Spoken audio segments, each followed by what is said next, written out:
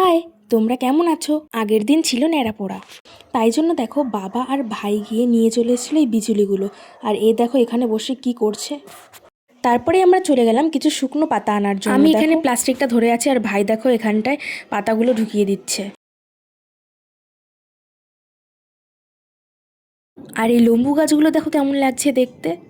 তারপরেই আমরা বাড়ির সামনে চলে আসলাম, এসে দেখি বাবার বুড়ি বানানো একদম কমপ্লিট। দেখো কেমন লাগছে দেখতে।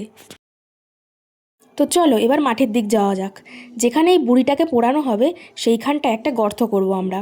তো দেখো এখানে ভাই আগে থেকেই গর্ত করা শুরু করে দিয়েছে। তো এবার দেখো বুড়িটাকে আমরা এখানে পুঁতবো।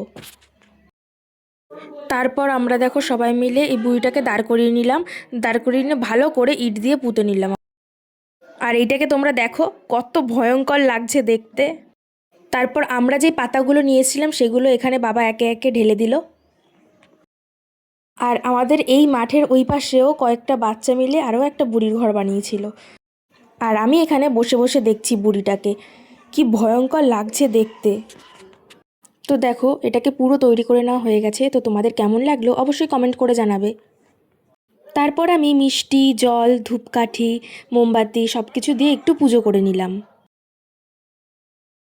তারপর আমরা একটা মশাল বানিয়ে রেখেছিলাম, সেই মশালটাকে ধরিয়ে নিয়ে এবার বুড়ির চারদিকে আমরা ঘুরবো।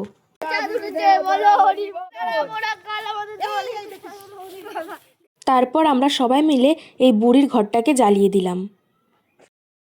তো আমাদের দেখো বুড়ির ঘর পোড়ানো হয়ে গেছে। এখানে সবাই বুড়ির ঘর পোড়ানো দেখতে এসেছিল। আর এইখানে দেখো মা সবাইকে প্রসাদ দিয়ে দিচ্ছে। তো তোমাদের এই ভিডিওটা কেমন লাগলো অবশ্যই কমেন্ট করে জানাবে। ভিডিওটা ভালো লাগলে অবশ্যই লাইক, কমেন্ট এবং সাবস্ক্রাইব করে দেবে। টাটা।